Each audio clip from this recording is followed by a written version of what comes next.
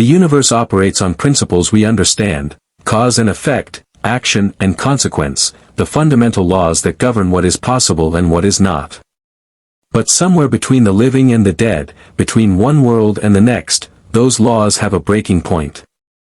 And when they break, something comes through. He had hunted vampires in the shadow-soaked alleyways of New York, in the neon-lit underground clubs of Europe, in the blood-drenched temples of ancient cults that had survived for millennia by feeding on human ignorance. Eric Brooks, the Daywalker, the one they called Blade, had seen every form the darkness could wear. He had burned it, cut it, and buried it. He did not fear what went bump in the night. He was what the night feared. Which made what happened next all the more disorienting. It began with light. Not the clean, surgical light of a UV detonator or the sterile glow of a laboratory. This was something older, a light that moved like liquid fire, that smelled of sulfur and copper and something disturbingly close to blood magic. Blade had been mid-pursuit, tracking a nest of ancient vampires through the industrial underbelly of Prague, when a shadowbinder's ritual, carved into the stone floor of a collapsed cathedral, had ignited beneath his boots without warning. The sigils had not been meant for him. They had been meant for something else entirely. But the rift does not negotiate. It simply takes. The sensation was like being turned inside out and compressed into a single point of darkness, then expelled, hard and fast, into open air. He hit cobblestones. Old cobblestones. Uneven, hand-laid, worn smooth by centuries of foot traffic and horse hooves. The smell hit him next. Raw sewage, animal waste, wood smoke, roasting meat, the iron-thick scent of unwashed humanity packed into a confined space. His enhanced senses, calibrated for the modern world, were immediately overwhelmed. He rolled to one knee, sword already in hand, scanning his surroundings with the practiced efficiency of a man who had woken up in hostile territory before. But not like this. The city around him was massive and medieval. Torches burned in iron brackets along stone walls that rose 6 stories above narrow streets. The architecture was old, not reconstructed old, not heritage site old, but genuinely, functionally, lived in old. No power lines. No engine noise. No electromagnetic hum of a civilization running on electricity. A cart horse shied away from him at the end of the alley, its driver too stunned to scream. Above the rooftops, a massive fortress dominated the skyline, a tiered monstrosity of towers and battlements that sat atop a hill like a crown on a skull. Blade stood slowly. He was still wearing his tactical gear, black leather, reinforced carbon fiber plating, UV grenade bandolier, sword across his back and serum-loaded sidearm holstered at his hip.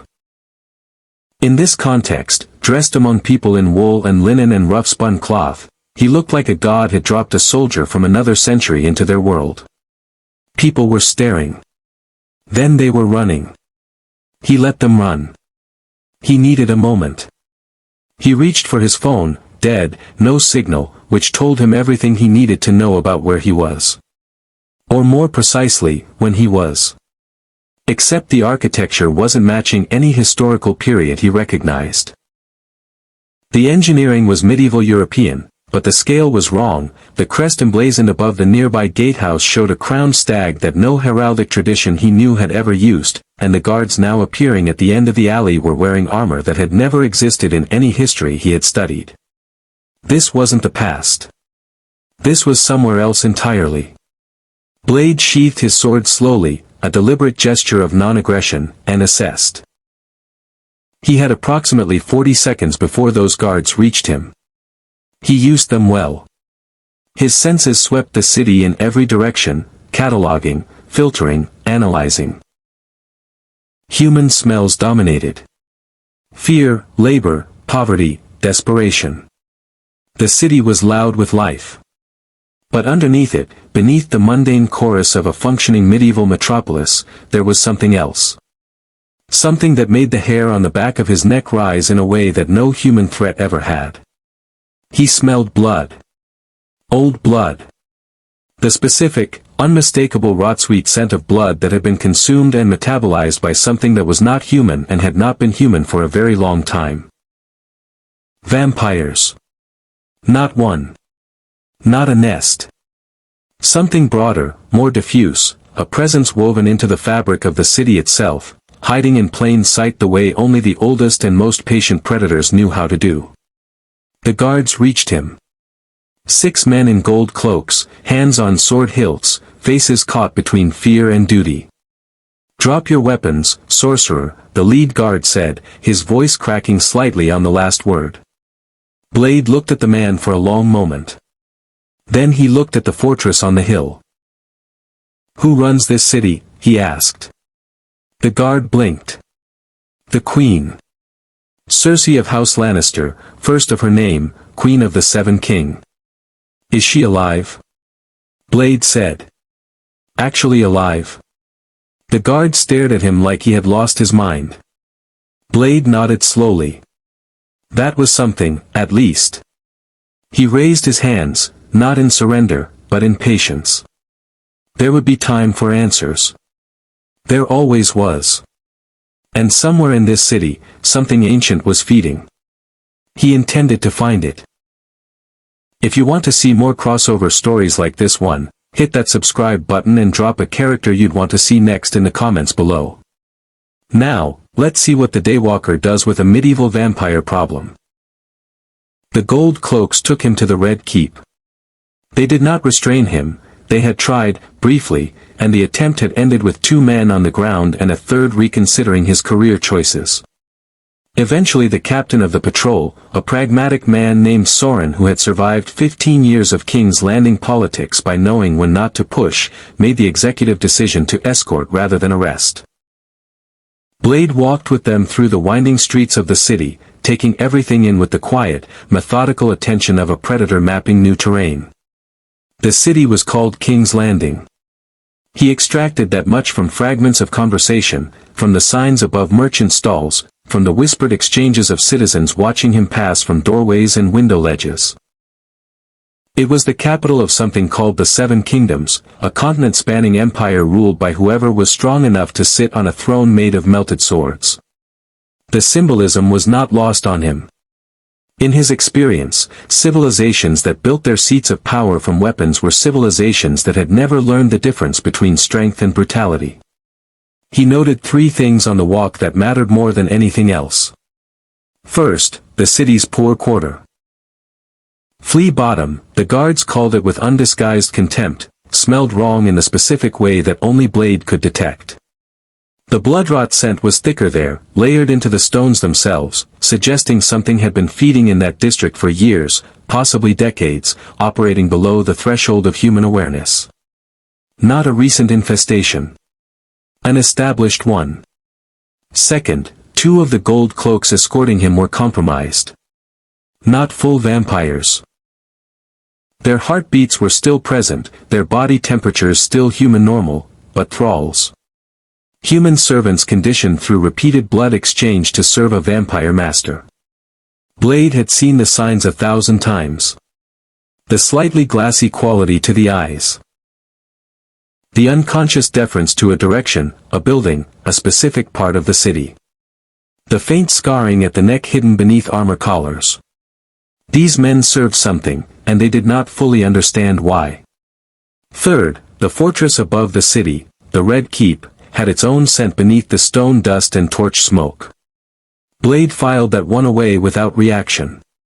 He would need more information before drawing conclusions about royalty.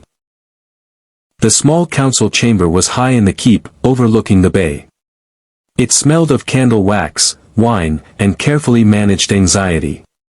7 people waited for him around a long table, and Blade read them in the first 10 seconds the way he always read rooms, by what they were afraid of.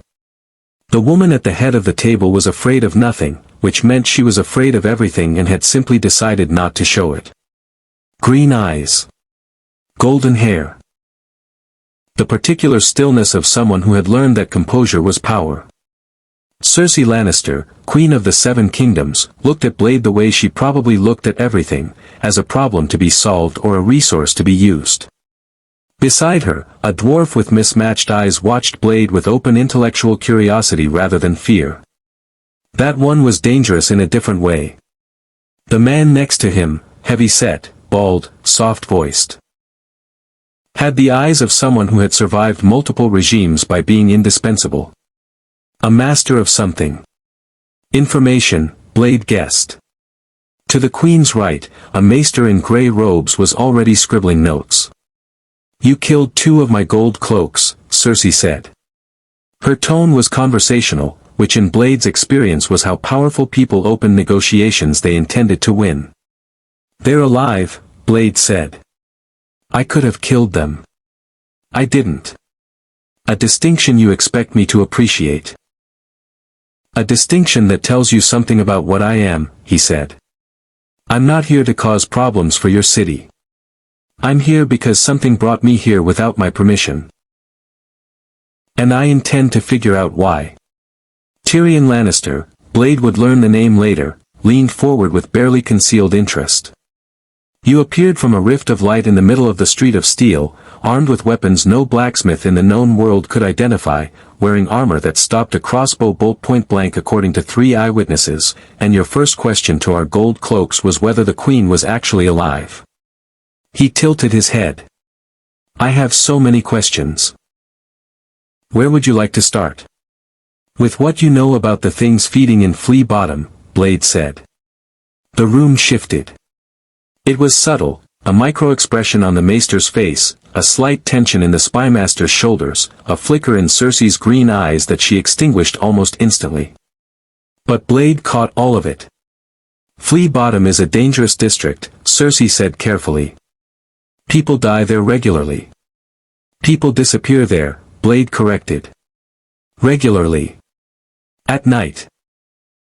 Without bodies found afterward." He let the silence work for him.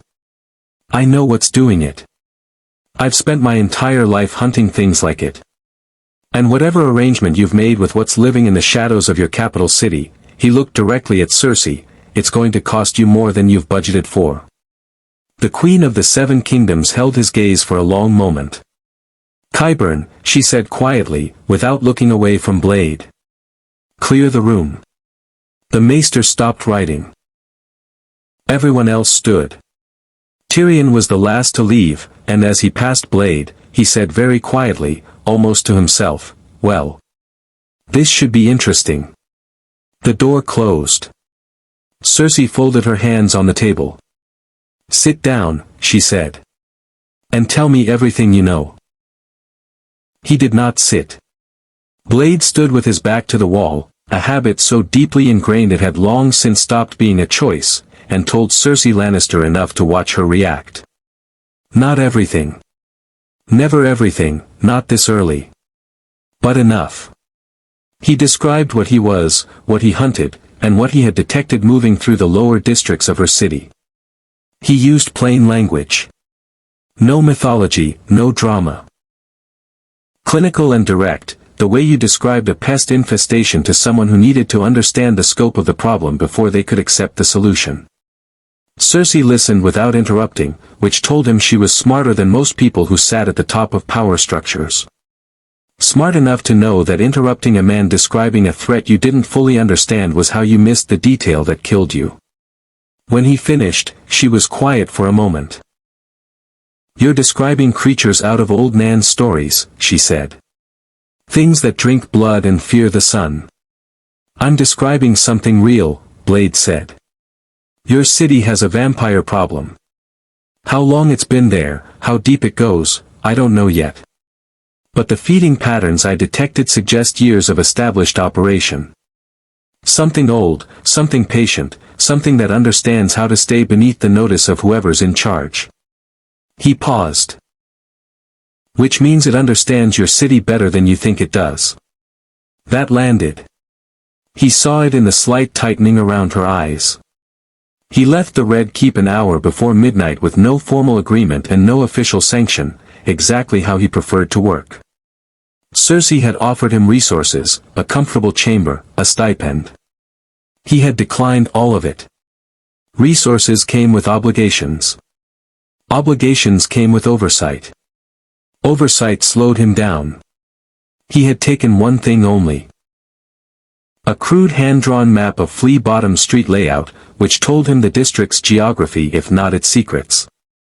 The streets of King's Landing at night were a different city. The corner. The creature looked human at first glance. Medieval clothing, unremarkable build, nothing to distinguish it from any of the 1,000 souls sleeping in the tenements above. But when it looked up and registered Blade's presence, the pretense collapsed. The eyes went flat and reflective.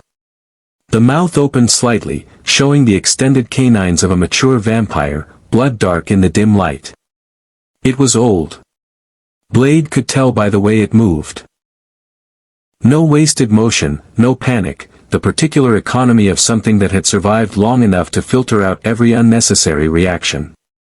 It assessed him the way he had assessed Cersei's council chamber. Calculating odds. Then it ran. Blade was faster.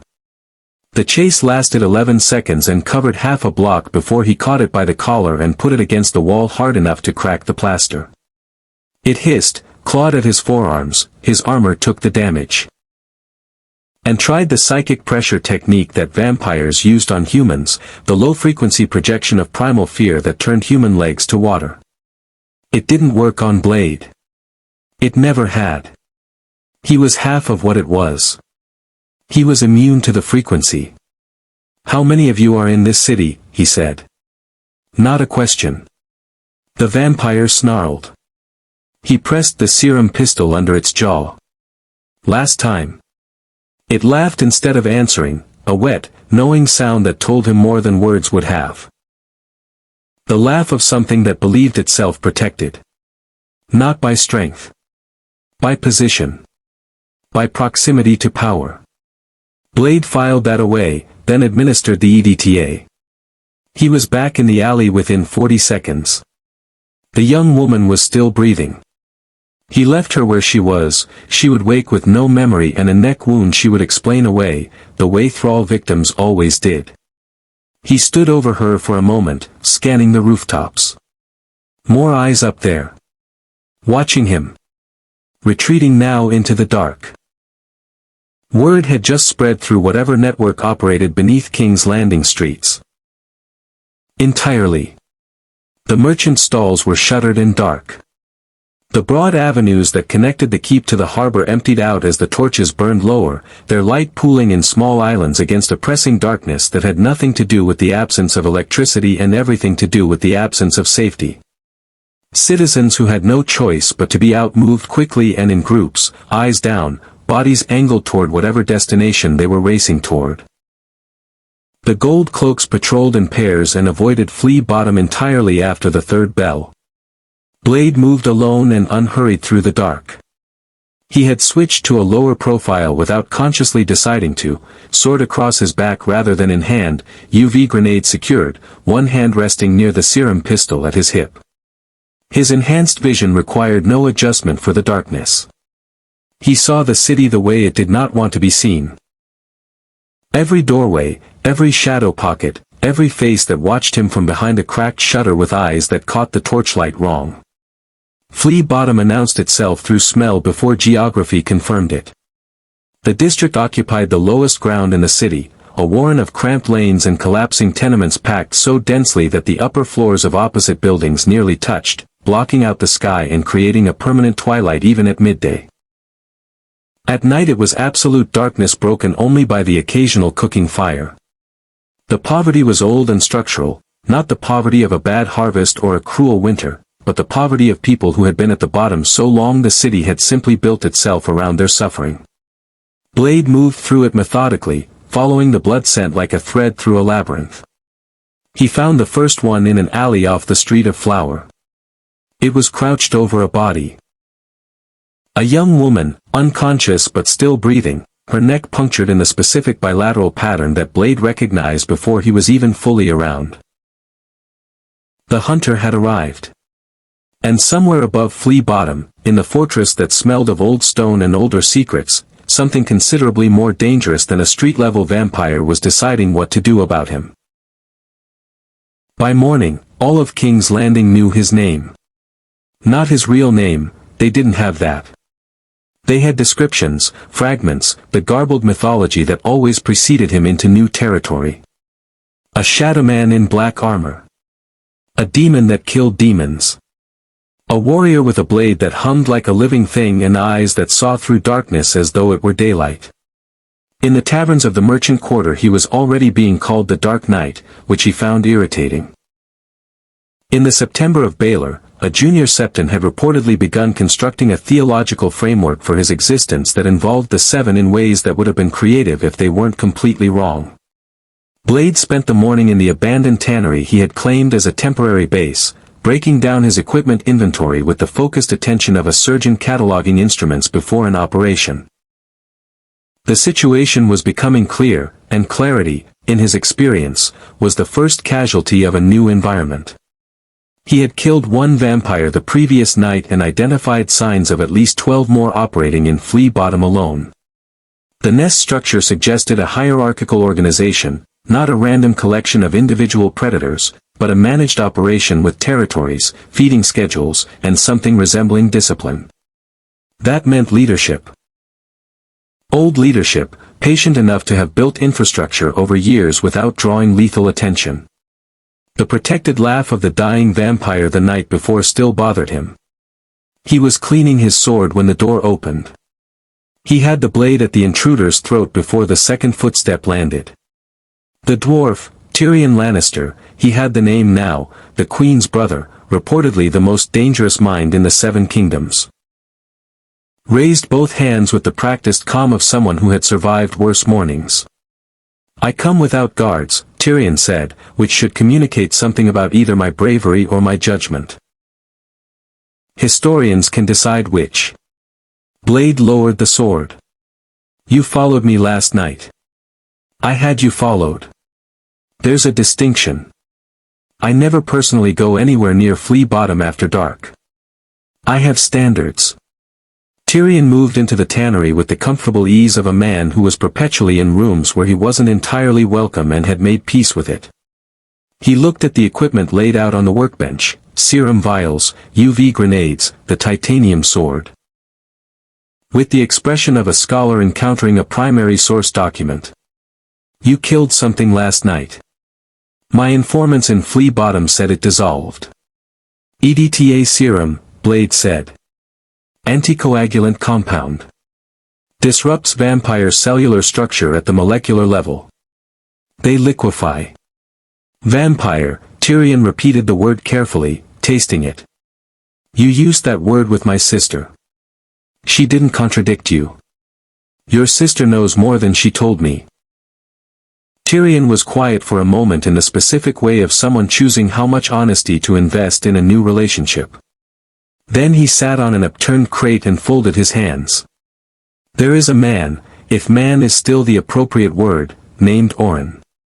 He arrived in King's Landing approximately 6 years ago. Presented himself as a wealthy merchant from Essos, established himself in a manse in the upper city, cultivated relationships with several minor lords and 2 members of the small council." He paused. People who spend significant time in his company develop a particular quality. Loyal to a fault. Unnaturally so. One of them took a crossbow bolt meant for Cersei 2 years ago and seemed almost grateful for the opportunity. Blade said nothing. He was already building the picture. "My sister made an arrangement with him," Tyrion continued. "I don't know the full terms. I know it involves protection. Certain enemies of the crown have died in ways that couldn't be officially attributed to Lannister action. And I know it involves access. Oren feeds from specific individuals. That Cersei designates. Prisoners, mostly. Occasionally people who have made themselves inconvenient." He looked directly at Blade. "She believes she controls him. I believe she is wrong. But convincing Cersei she's wrong about anything requires either irrefutable evidence or a catastrophe, and I've had limited success producing either on demand." Blade processed this with the efficiency of long practice. A vampire embedded in the political structure of the ruling class. Providing services. Assassination, intelligence, enforcement, in exchange for sanctioned feeding access and protection from exactly the kind of attention Blade represented. It was not a new playbook. He had encountered versions of it in every major city he had ever worked in. The specific genius of vampires in positions of proximity to power was that they made themselves useful before they made themselves dangerous. "He knows I'm here," Blade said. "Without question. He has better information networks in this city than I do, which is genuinely offensive." Tyrion stood.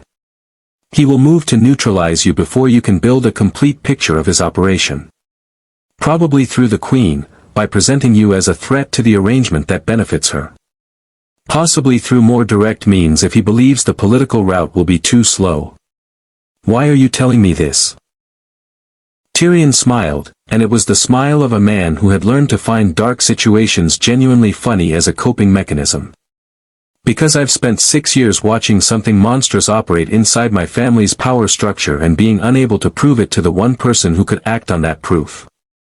And then you fell through a hole in the sky armed with weapons specifically designed to kill monsters." He moved toward the door. "It seemed impolite not to introduce myself properly." He paused at the threshold. "Orin's manse is on the Street of Silk. Northwest corner, backs against the city wall. He doesn't go out before the 4th bell in the afternoon." "A beat. I imagine that's useful information." Blade looked at the dwarf with something approaching respect. "Don't follow me again," he said. "Wouldn't dream of it," Tyrion said, and left. He did not go to Orin's manse immediately. Patience was a weapon. Every hunter learned that lesson eventually, usually through a scar. The instinct when you had a target location was to move, to press the advantage of information before it expired. But Orin had survived 6 years in one of the most politically lethal cities in this world by being exactly as intelligent as his longevity suggested. A direct assault on his known address, in daylight, in a city where Blade had no allies, no exit routes, and no understanding of the full scope of the vampire's network, was the kind of move that felt decisive and accomplished nothing except alerting the prey that the hunter was impatient. Blade spent the day learning the city instead. He moved through the merchant quarter, the harbor district, the street of steel, the foreign quarter where traders from across the narrow sea maintained warehouses and counting houses and a dozen small cultural enclaves that smelled of home to everyone except him. He catalogued the vampire presence the way he would catalog any infestation, mapping the feeding territories, identifying the thralls, tracing the lines of protection and patronage that kept the operation invisible to human eyes. What he found was more sophisticated than he had expected. The network extended well beyond Flea Bottom. There were vampires, 3 that he could positively identify, 2 more he was uncertain about, positioned across every major district of the city.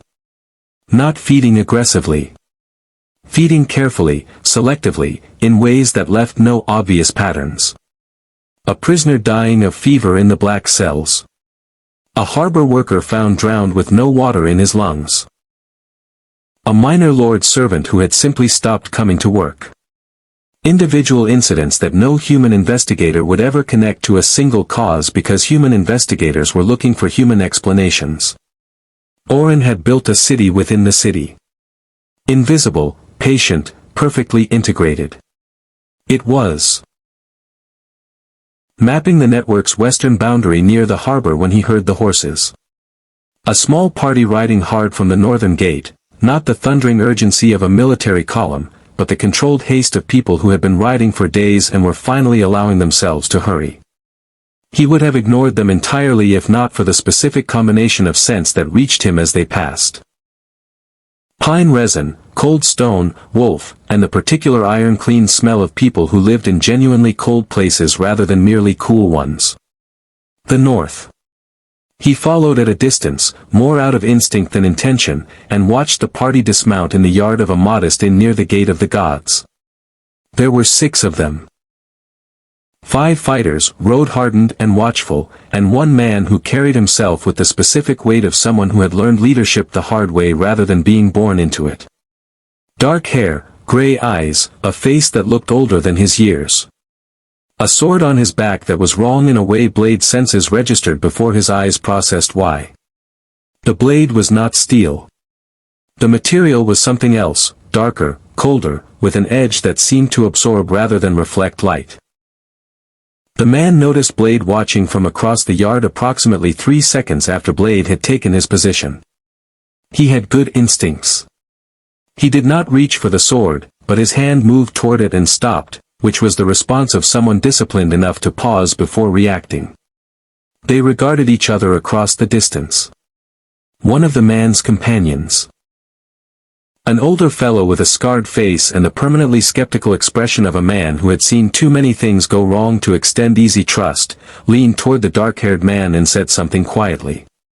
The dark-haired man nodded without looking away from Blade.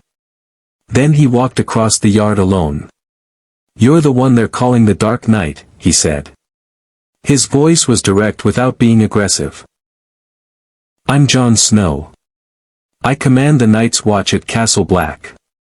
A pause. "Or I did.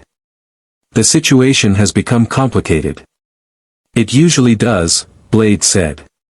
Jon Snow looked at him with those gray eyes that had clearly seen things that complicated a man's relationship with straightforward explanations of the world.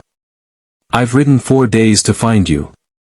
There are things happening beyond the wall that make whatever's going on in this city look like a minor inconvenience."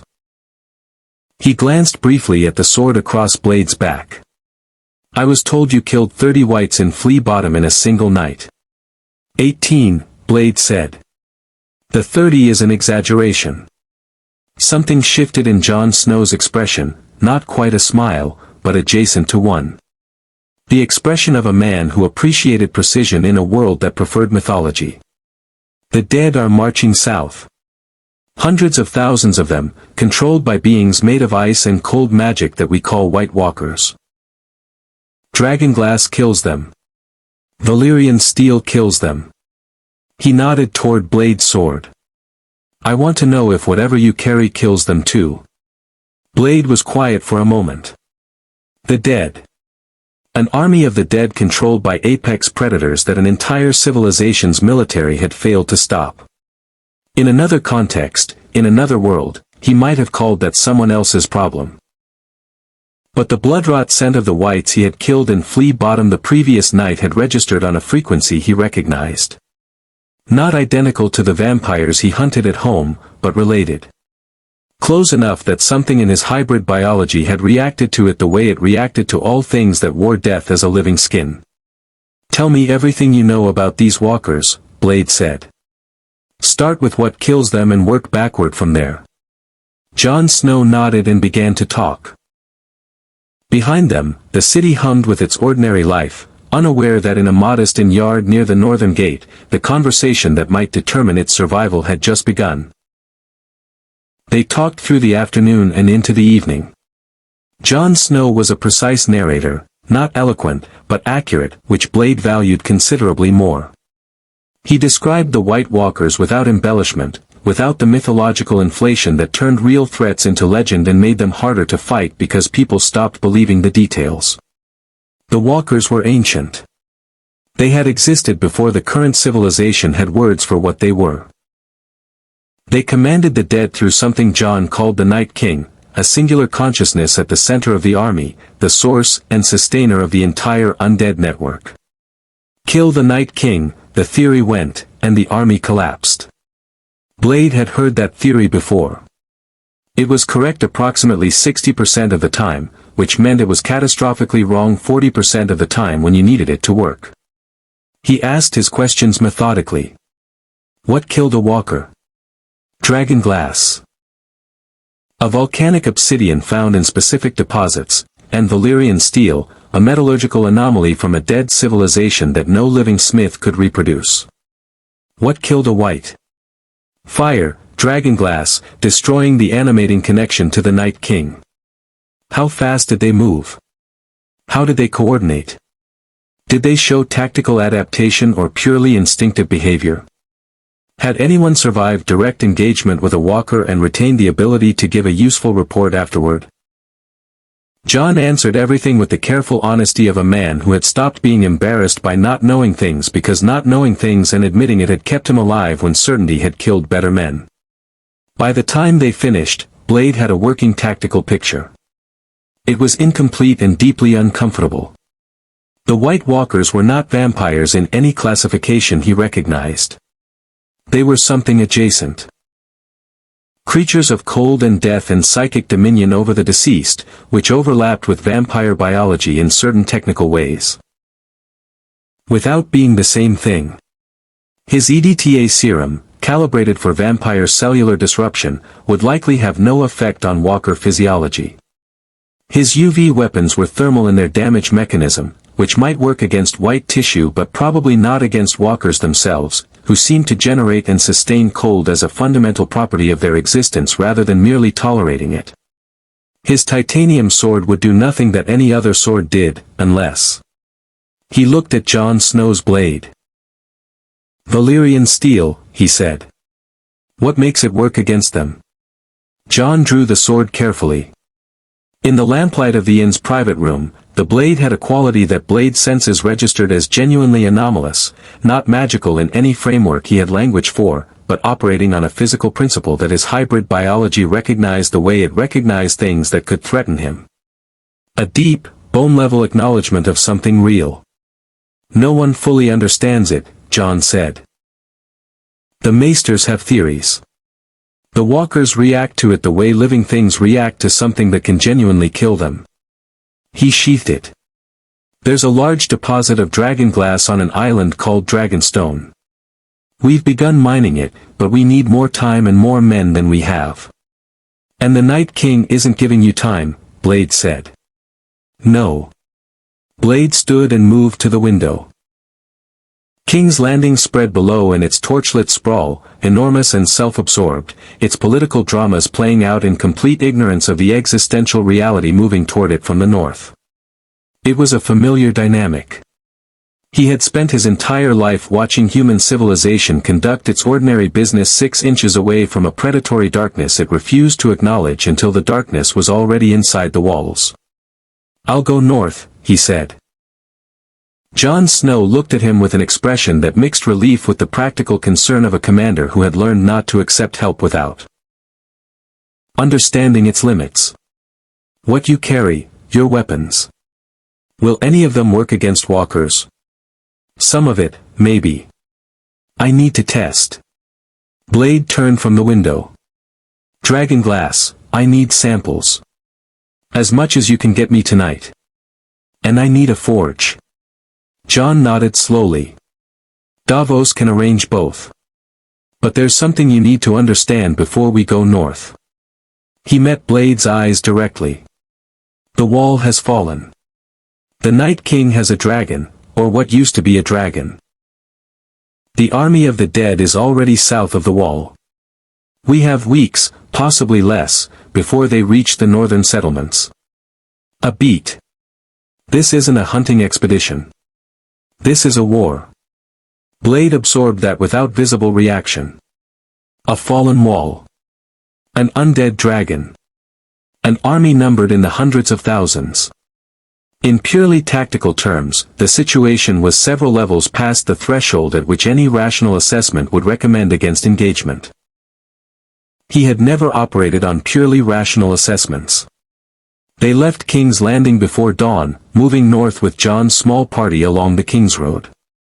Blade rode poorly, horses responded to him the way most animals did, with a deep instinctive unease at what his hybrid biology communicated on frequencies below human perception, but he managed, and the discomfort was irrelevant against the larger arithmetic of what was coming.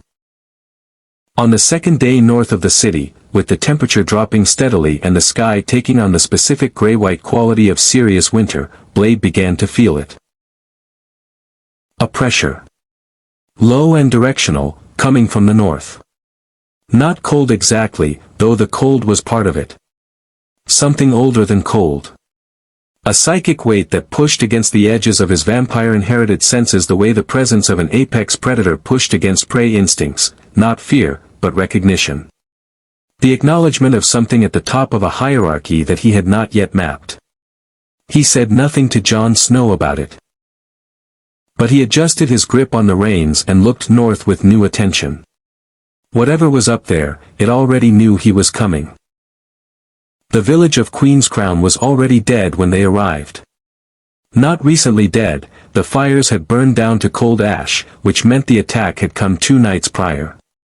Blade walked through the ruins with the careful attention of a forensic investigator, reading the evidence the way burning structures and scattered remains told their stories to anyone who knew the language.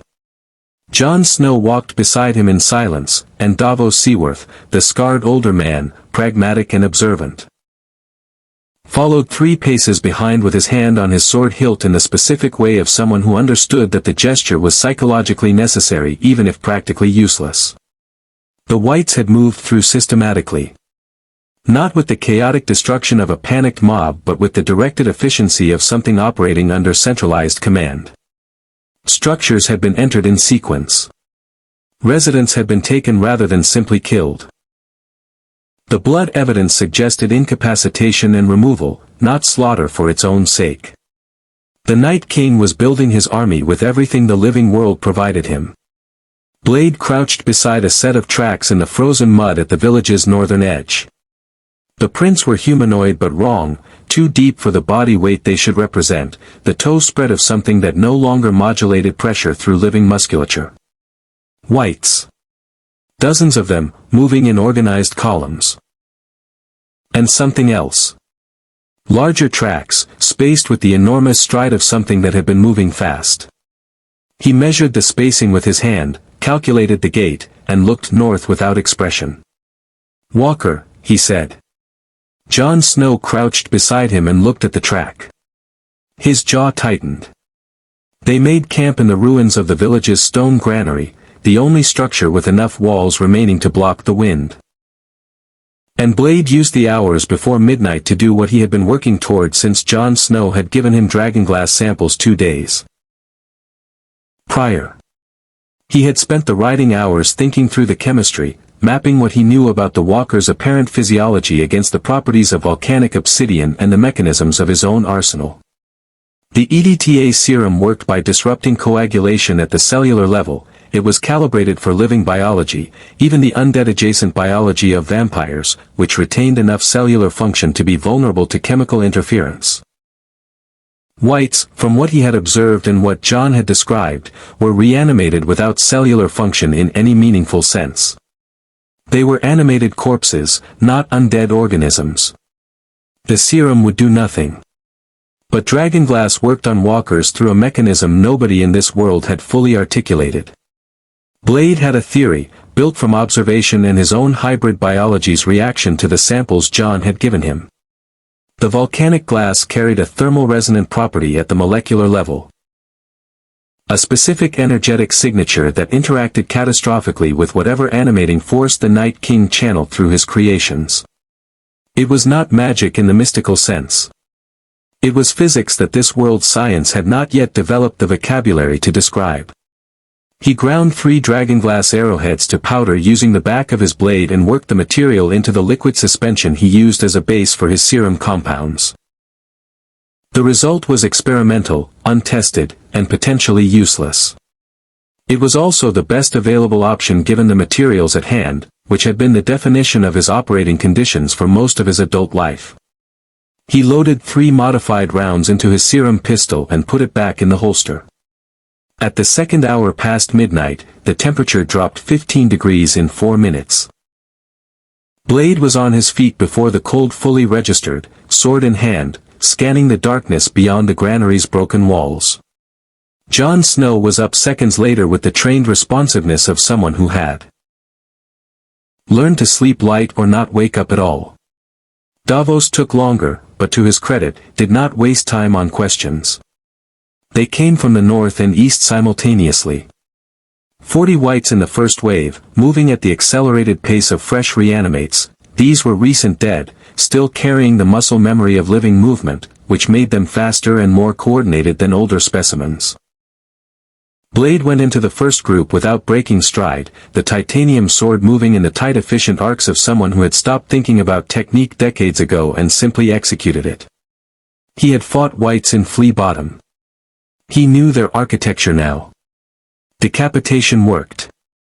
Dismemberment slowed but didn't stop. Fire was ideal but logistically complicated in a running engagement.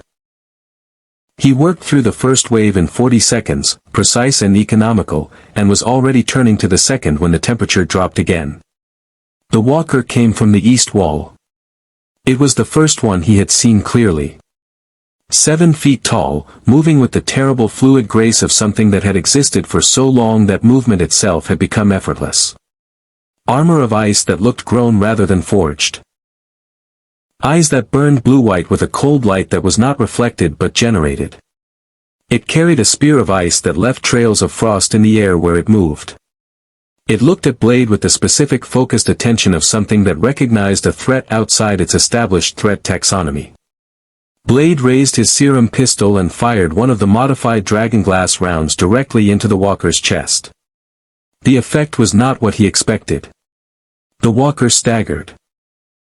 Not the catastrophic shattering that John had described from dragonglass weapons, but a genuine physical disruption, the animating cold energy crackling and spitting at the point of impact like a short circuit.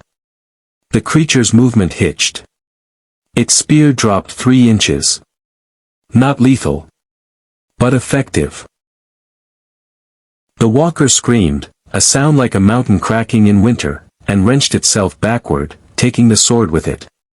The blade was ripped from Blade's grip. The walker pulled it free and threw it aside and turned back toward him with something in those burning blue eyes that he had never seen in a supernatural creature before. Not rage. Not hunger. Genuine, focused, strategic anger. It had assessed him as a real threat. And now it was going to respond accordingly. He did not have his sword. That was the immediate tactical reality, and Blade processed it without panic because panic was a luxury that got people killed. The walker stood 12 feet away with burning blue eyes locked on him, its damaged ice armor already beginning to re-knit at the fracture points with the slow deliberate regeneration of something that had geological patience. Behind it, the white horde was thinning.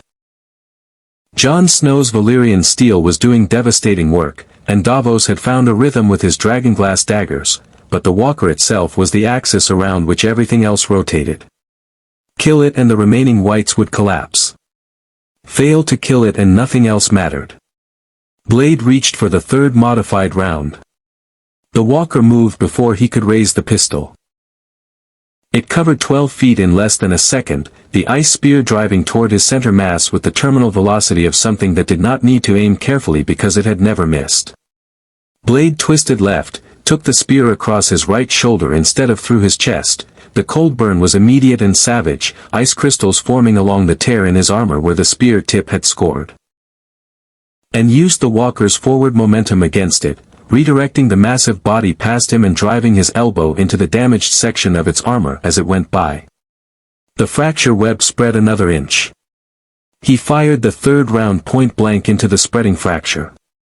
The effect was immediate and significantly more dramatic than the previous 2 impacts. The dragonglass suspension, delivered directly into already compromised material, interacted with the walker's animating energy in the cascading way he had theorized but not dared to rely on. The creature's left side lost structural coherence in a radius around the impact point, not shattering, not the clean crystalline destruction Jon had described from pure dragonglass weapons, but a sustained disruption that spread through the. Partially, Blade said. He was already assessing the damage to his shoulder. The cold burn was deep, his hybrid metabolism working to counteract the ice crystal damage at the cellular level, which was an experience he could have gone his entire life without. They disrupt. They don't destroy. I need Valyrian steel or dragonglass for the final kill. He looked at the frost patch. Which means against the Night King, I need to be close. The implications of that settled over both of them. They rode hard the following morning, pushing north with a new urgency that the previous night's engagement had made arithmetically necessary. The Night King knew where they were. The walker's destruction would have registered across the psychic network like a signal fire, not the loss of one drone in a hive, but a genuine tactical alert that something in the living world had found a method of effective resistance.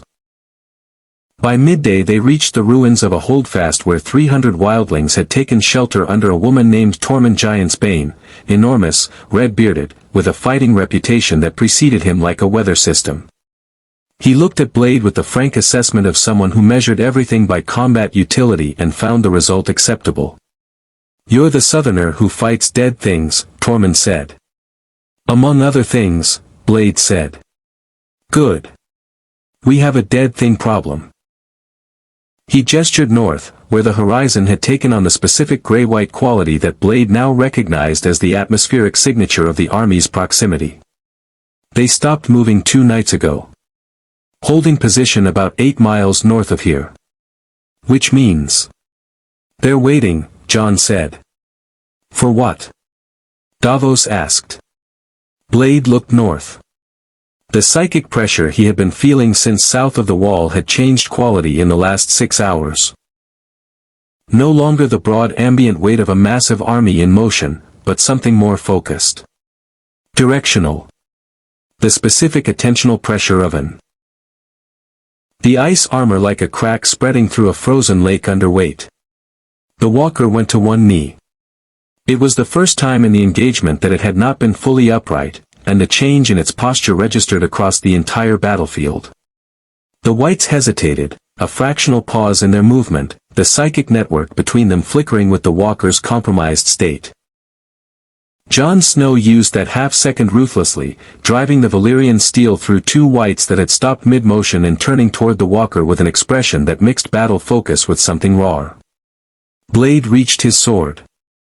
It lay against the granary wall where the walker had thrown it, blade intact. The titanium had survived the impact better than the ice armor had survived contact with it.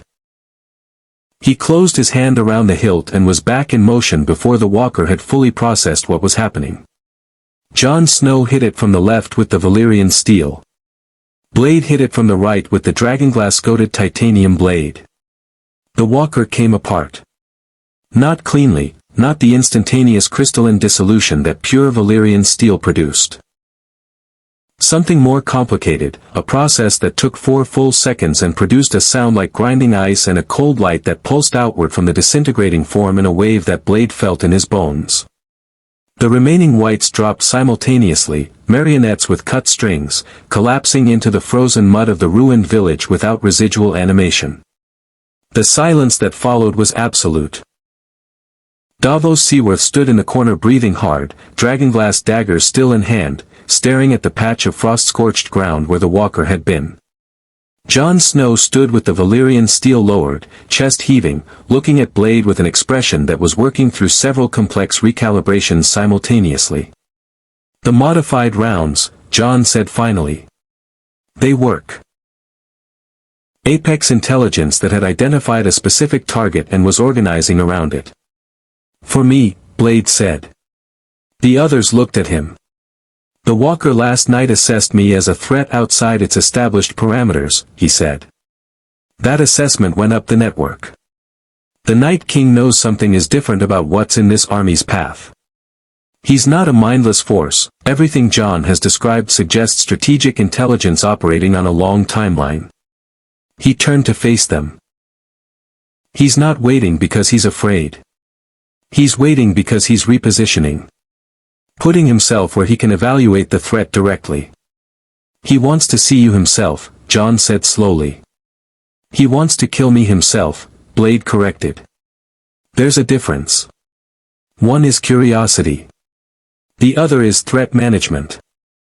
Tormund looked between them with the expression of a man who had survived the far north by taking threats seriously regardless of how unlikely they sounded.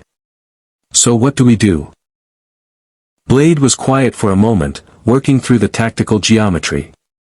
The Night King was repositioning to engage directly, which meant he was moving away from the center of his army toward the army's leading edge. Which meant there was a window, brief, narrow, requiring precise timing and a willingness to do something that every rational assessment would classify as catastrophically dangerous, in which the Night King would be more exposed than at any other point in a conventional engagement. "We don't wait for him to come to us," Blade said. "We go to him." He looked at Jon. "How fast can Tormund's people move?" Jon Snow looked at the wildling commander. Tormund cracked his knuckles with the comfortable enthusiasm of a man who had been waiting for precisely this kind of question. "Fast enough," Tormund said. They moved at midnight. 300 wildlings, Jon Snow, Davos Seaworth, and one hunter who did not belong to this world, pushing north across frozen ground under a sky so dense with stars it looked architectural. No torches. Torchlight would announce their position to the White Network 6 miles before they needed that network to know they were coming. They moved in darkness, which suited exactly one member of the party without reservation. Blade ran point. He set a pace that pushed the wildlings to their limit and respected that limit precisely, fast enough to cover ground, controlled enough to arrive with fighters who could still fight. His enhanced vision turned the darkness into a landscape of gray detail, every rise and hollow of the frozen terrain mapping itself into his tactical awareness automatically. Behind him, Tormund's people moved with the practiced silence of people who had spent their lives in a wilderness that killed loudly. The Night King's army was 8 miles north. They covered 6 miles before the Whites appeared. Not the main force, a screening element, 50 or 60 reanimates deployed in a loose perimeter that the Night King had positioned as an early warning system. Standard tactical behavior for an intelligence managing a large force that wanted advance notice of approach. Blade had anticipated it. He went through the screen without slowing. The titanium sword moved in the dark with the efficiency of decades of muscle memory, and behind him the wildlings hit the perimeter with dragonglass weapons and a ferocity that the dead could not match because the dead could not get angry, and anger, properly directed, was a legitimate tactical asset. The engagement lasted 90 seconds and produced enough noise to announce their approach to anything within a mile. Which was the point? The Night King needed to know they were coming. He needed to move toward them rather than away. Every step the Night King took in their direction was a step away from the center of his army, widening the gap between apex predator and the protective mass of his forces, creating the narrow window that Blade needed. They cleared the screen and kept moving.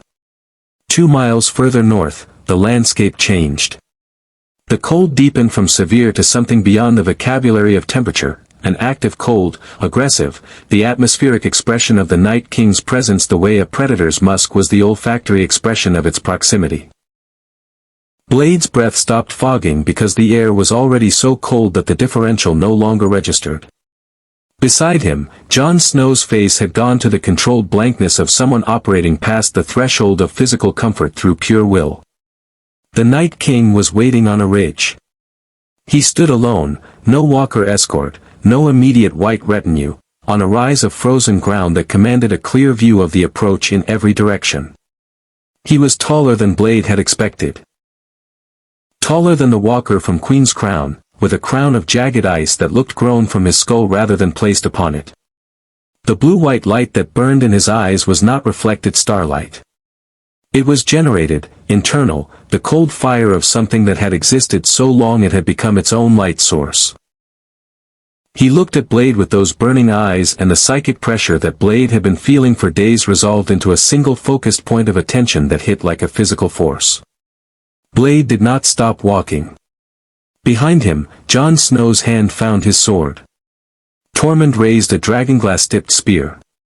Davos gripped 2 obsidian daggers with the white-knuckled resolve of a man who knew his personal ceiling and had decided to be useful within it. The Night King raised one hand. From the ground on either side of the ridge, whites erupted, not the screening force, not advance elements, but the deep reserve that the Night King had positioned beneath the snow itself, buried and waiting with. The patience of the already dead. Hundreds of them, rising in columns of disturbed frost, cutting off the retreat and the flanks simultaneously. "Go," Blade said to Jon Snow. Then he ran directly at the Night King. The distance closed in 4 seconds. The Night King watched him come with the composed attention of something that had never needed to move urgently because nothing had ever reached it before. He raised the ice spear. The same weapon class the walker at Queen's Crown had carried, but larger, colder, generating a visible field of frost around its tip that spoke to a concentration of animating energy Blade had not encountered yet. Blade fired both remaining modified rounds on the approach. The first hit the Night King's left shoulder and produced the disruption effect, the cascading fracture spreading through ice armor from the impact point. The second hit the center of his chest and the effect was dramatically larger, the dragonglass suspension interacting with the Night King's considerably more concentrated animating energy in a chain reaction that spread visible cracks across the front of his armor and staggered him backward one step. One step. Against everything Blade had put into those rounds. The Night King was an order of magnitude more powerful than any walker. The ice spear came in a horizontal sweep that Blade ducked under, the tip passing close enough that he felt the cold burn across the top of his skull. He came up inside the Night King's reach, dangerously close, exactly where he needed to be, and drove the titanium sword into the largest fracture point on the chest armor with the full mechanical leverage of his hybrid strength behind it. The blade penetrated. Not deep. 3 inches into the compromised material before the Night King's hand closed around Blade's wrist with a grip that felt like being caught in a mechanical press running at absolute zero. The cold moved up his arm with terrifying speed, his hybrid metabolism screaming. He always recovered. But it would take time, and the arm would be unreliable for days. Tormund's voice rose from somewhere in the darkness behind them, wordless, enormous, the sound of 300 people who had expected to die tonight discovering they had not. Davos Seaworth appeared at Jon's shoulder, looked at the frost patch, looked at Blade, and said with the admirable economy of a man who had learned not to waste words, right then. Blade looked north. The army was gone. The dead lay still. The cold was already retreating, the aggressive supernatural chill receding as the animating intelligence that had generated it ceased to exist. In its absence, the ordinary winter cold of the far north reasserted itself, brutal and honest and entirely natural. He looked at his damaged arm. Then he looked south, toward a city that still had a vampire problem operating from inside its own power structure. He had unfinished business. They rode south through a world that did not yet know it had been saved. The journey back to King's Landing took 6 days. 6 days of frozen roads gradually thawing as the supernatural cold retreated north, of villages cautiously reopening shuttered windows and sending scouts to confirm that the dead had stopped moving. The news traveled faster than they did. Carried by ravens, by riders, by the irrepressible human mechanism of stories spreading from mouth to mouth across a landscape hungry for hope. By the time they reached the King's Road southern stretch, people were lining the road to watch them pass with expressions that mixed relief with the specific reverence reserved for people who had done something that shouldn't have been possible. Blade ignored all of it. His arm was functional again. 3 days of his hybrid metabolism working at full capacity had repaired the cold damage to a point where he had full range of motion, though the deep tissue repair would take another week. He had used the riding hours productively, working through the problem he had set aside to address the larger crisis, returning to it now with the focused attention it deserved. Orin. The vampire embedded in King's Landing's political structure had 6 days of warning. 6 days to observe that Blade had gone north, allied with Jon Snow, and returned. 6 days to assess the threat profile, consult with whatever network he maintained, and decide on a response. The protected laugh of the first vampire Blade had killed in Flea Bottom still provided the operational framework. Orin believed himself shielded by Cersei's arrangement, by his political integration, by the institutional inertia of a power structure that had accommodated him for years. That belief was about to become a liability. They entered King's Landing through the Gate of the Gods at midday, and Blade separated from Jon Snow's party at the first intersection without ceremony. Jon watched him go with the gray-eyed directness that had become familiar over the preceding weeks. "The thing in the city," Jon said. "You'll need help." "I'll need information," Blade said. "Your brother-in-law seems to have plenty." Something crossed Jon Snow's face at the mention of Tyrion, complicated family geometry that Blade had no investment in understanding. "Be careful with Cersei," Jon said. She'll want something for whatever she gives you. Everyone wants something, Blade said. The ones who are honest about it are easier to work with. He found Tyrion in a tavern near the harbor, which suggested either that the dwarf had anticipated his return or that Tyrion Lannister spent a significant portion of his life in taverns near the harbor. Possibly both. Tyrion looked at Blade's arm, the residual cold burn scarring visible at the wrist where his armor had been breached, and said nothing about it, which Blade appreciated. Oren has moved, Tyrion said without preamble, pushing a cup of wine aside. 3 days ago he vacated the manse on the Street of Silk. We don't know where he's relocated. My informants and his staff, the ones who weren't thralls, lost contact simultaneously, which suggests the transition was planned and the non-thrall staff were dealt with. A pause waited with implication. My sister has been unavailable for 2 days. Her chambers are guarded by men I don't recognize. Blade processed this rapidly. Oren had not fled. Repositioning within the city while simultaneously isolating Cersei suggested a transition from the accommodation phase of his operation to something more direct. The arrangement had served its purpose: 6 years of political protection, sanctioned feeding access, intelligence gathering. Now something had changed the calculus. Blade's arrival, possibly. The Night King's defeat, definitely. A vampire operating on a long timeline would understand that the political landscape had just shifted fundamentally, and that the window for converting a protected position. I get that a lot, Blade said. You killed the Night King. It was not a question. Impressive. Genuinely. The dead army was an inconvenience to my plans, its removal is actually beneficial. He tilted his head with the academic curiosity of something very old encountering genuine novelty. Which makes your presence here the only remaining variable I haven't accounted for. Where's the Queen? Oren smiled. Resting. She'll wake. I'm not wasteful. He moved.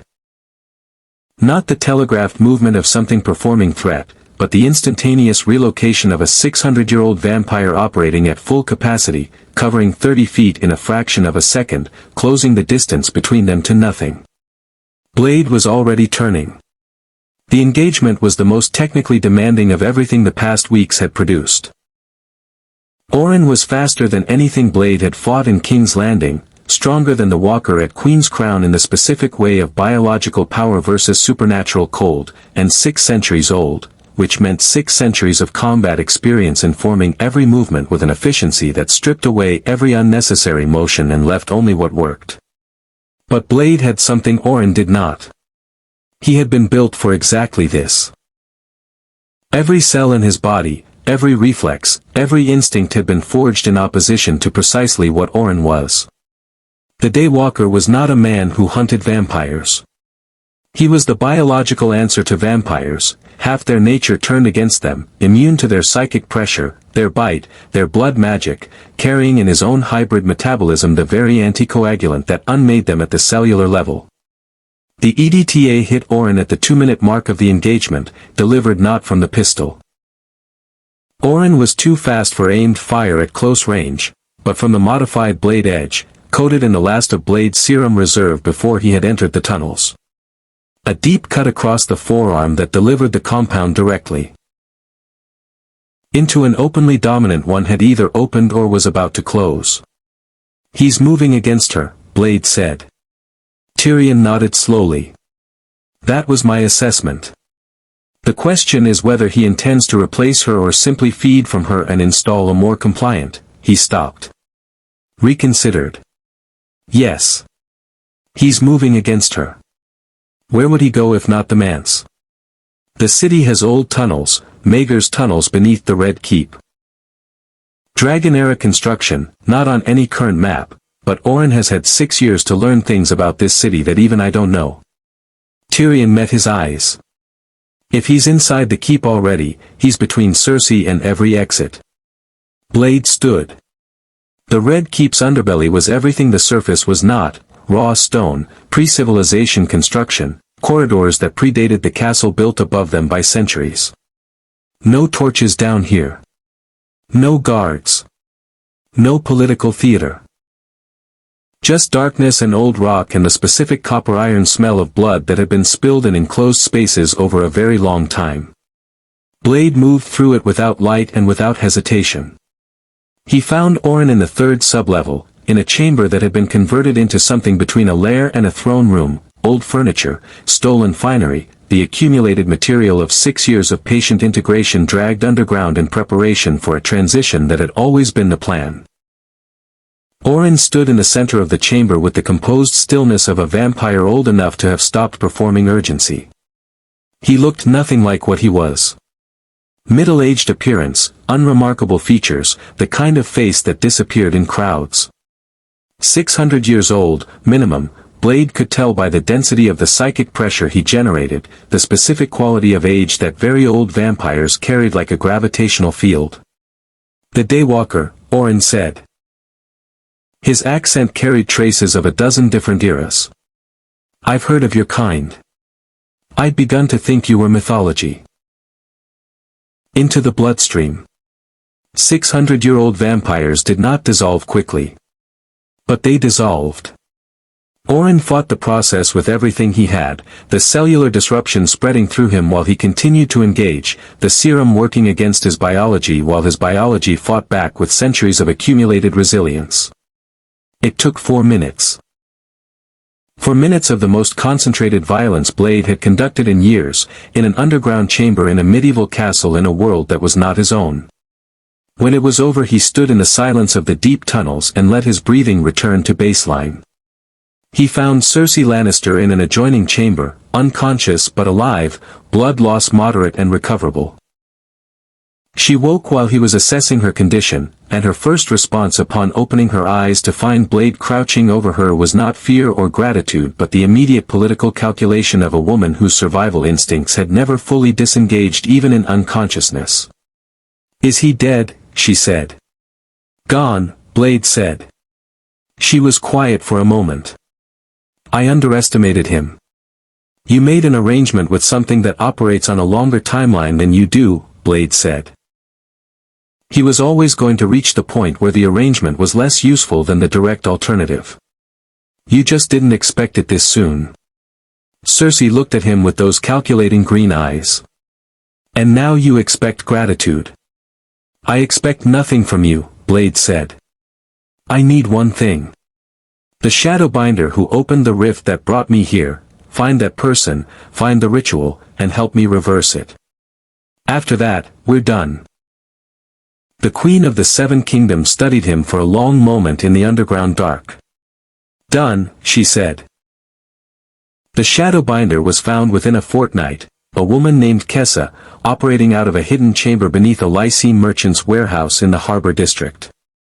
She had not intended to open a dimensional rift. She had been attempting a resurrection ritual, working with forces she understood academically but had never fully controlled, and the collision between her magic and something residual from the Night King's defeated army had torn a hole in the fabric of reality that had pulled Blade through from the other side.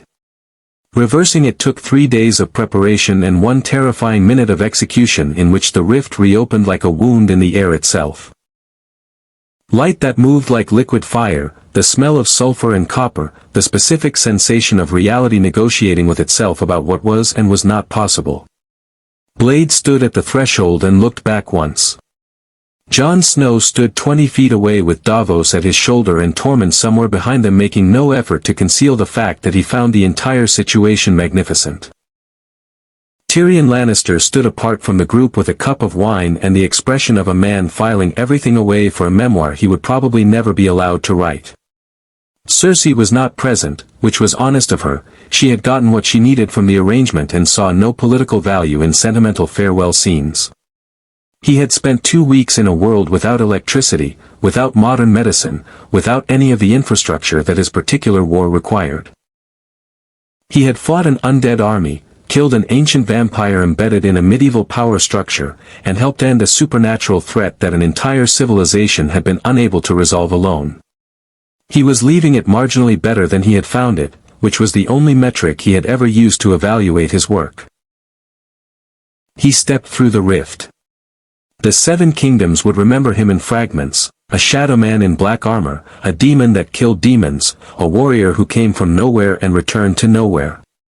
In the September of Baylor, the junior septon completed his theological framework and decided the Dark Knight had been a messenger of the stranger, the god of death, sent to remind the living that death was not always the enemy. In Flea Bottom, the vampire network collapsed without Orin's coordination, its remnants hunted down over the following months by gold cloaks armed with dragonglass weapons and specific instructions from a queen who had learned an expensive lesson about the true cost of convenient arrangements. Jon Snow stood at the place where the rift had closed and looked at the unmarked air for a long moment. Will he find his way back? Davos asked. Jon considered it. He didn't need to find his way here, he said. He just arrived. That's not reassuring. No, Jon agreed. But I think reassurance was never really the point of him. In the darkness between worlds, between one reality and the next, Eric Brooks landed on Prague cobblestones with the particular solidity of a man returning to ground he knew. The city hummed around him. Electric, modern, the familiar sensory landscape of a civilization running on technology and willful ignorance of the darkness operating within it. His phone showed 17 missed calls and a timestamp suggesting he had been gone for exactly 41 seconds in this world's reckoning. He checked his equipment. Reloaded. Assessed the damage to his arm with clinical efficiency. Looked down the dark street where the vampire nest he had been tracking before the rift had opened was still, presumably, waiting. He had unfinished business here too. He always did. The darkness of King's Landing had been medieval and magical and enormous in its stakes. The darkness of Prague was modern and chemical and no less real for being smaller in scale. Both required the same response.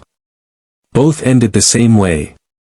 He moved into the dark without hesitation, the titanium sword across his back, the serum loaded, the UV grenades counted and ready. Somewhere behind him, in a world that operated on entirely different rules, a queen was consolidating her power, a bastard king was rebuilding a civilization, and the dead were staying dead. It was, by any measure, a better outcome than the alternative. The Daywalker did not look back. He never did. In the end, Blade belonged to neither the world that made him nor the one that had needed him. He was the thing that existed between, half of one nature, half of another, belonging fully to neither and therefore free to serve both. The seven kingdoms would rebuild without him. His own world would continue its shadow war without interruption. And somewhere in the mathematics of a universe too large for any single consciousness to fully comprehend, the rift that had connected two realities for 41 seconds had left something permanent behind, not a scar, but a reminder. That sometimes the darkness sends its own hunter. And sometimes, against all probability, the hunter is enough. Live long and prosper. More stories await.